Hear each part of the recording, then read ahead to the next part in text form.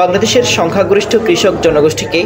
সংগঠিত করার লক্ষ্যে সারা দেশে ৩ মাস ব্যাপী ইউনিয়ন পর্যায়ে কৃষক সমাবেশের অংশ হিসেবে নোয়াখালী সুবর্ণচরে কৃষক দলের উদ্যোগে কৃষক সমাবেশ অনুষ্ঠিত হয়েছে গত ৩০ জানুয়ারি বৃহস্পতিবার বিকালে। সুবর্ণচর উপজেলা ৩ নং চর ক্লার্ক ইউনিয়নের লর্ড লিওনার্স চেশারার উচ্চ বিদ্যালয় মাঠে আয়োজিত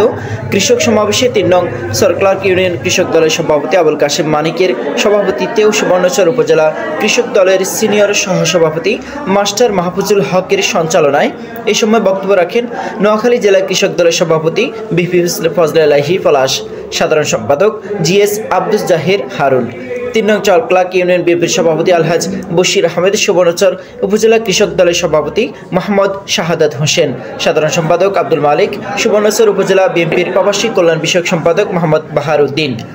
৩ নং চর ক্লার্ক ইউনিয়ন বিএনপির সাধারণ সম্পাদক হানিফ মিন্টু, ইউনিয়ন যুব দলের সভাপতি আলমগীর হোসেন, সাধারণ সম্পাদক সিরাজউদ্দিন, শ্রমিক দলের সভাপতি আলাউদ্দিন নিচু, উপজেলা কৃষক দল নেতা বেলায়েত হোসেন সহ ইউনিয়ন বিএনপির অঙ্গ সংগঠন ও সহযোগী সংগঠনের অন্যান্য নেতৃবৃন্দ।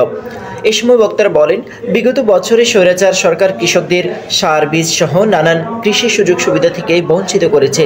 আগামী নির্বাচনে বিএনপি ক্ষমতায় আসলে কৃষকদের ভাগ্য উন্নয়নের কাজ করা হবে। এ সময় সমাবেশকে ঘিরে ৩ নং চর ক্লার্ক ইউনিয়ন কৃষক দল সহ অন্যান্য অঙ্গ সংগঠনের নেতৃবৃন্দের মিছিলের সমাবেশস্থলে মুখরিত হয়ে ওঠে।